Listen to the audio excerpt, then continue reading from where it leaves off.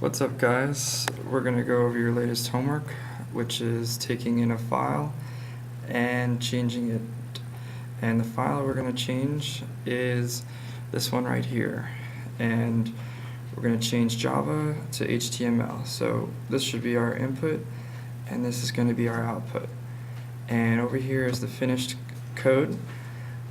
So if all you need is just this, you might as well pause this and that's it. Otherwise, I'm going to go in depth on how to solve this.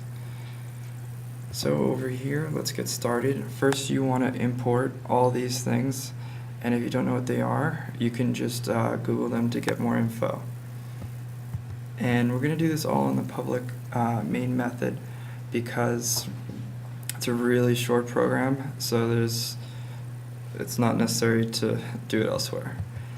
And we're going to do a try catch block because this exception, file not found, could definitely happen, and that's the case where it is what it says, the file is not found, and we need to tell the user that and catch that successfully. So let's continue. There's also a chance that we don't input one argument and only one argument, and in that case we also need to tell the user that they must program with one argument. And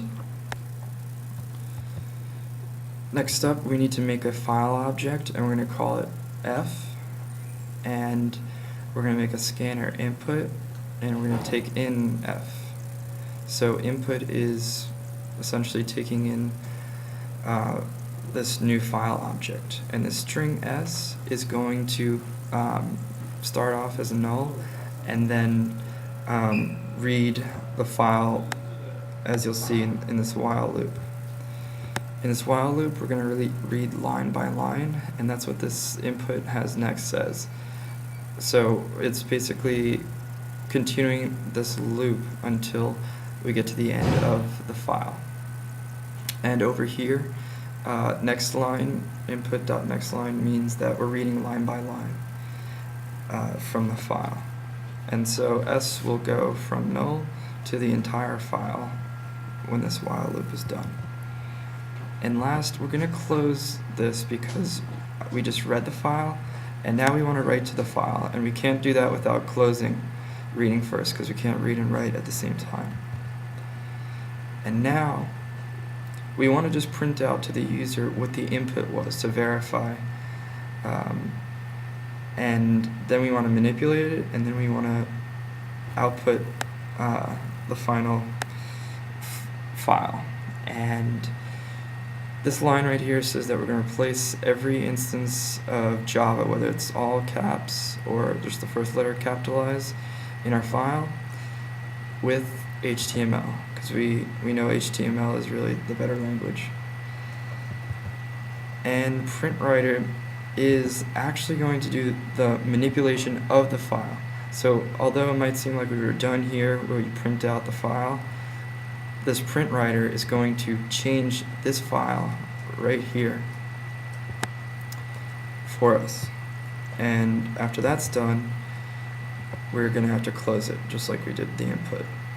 And this should be it. We should be ready to go. So we can just run this again. And as you see, it worked.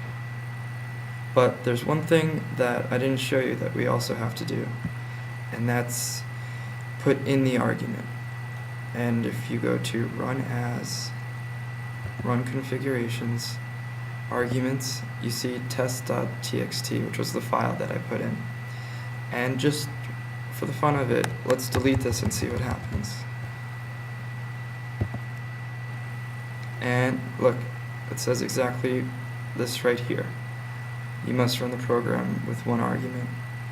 So overall, what we did was we manipulated this file, and this didn't change, but if I go back and put it back, test.txt, and run now,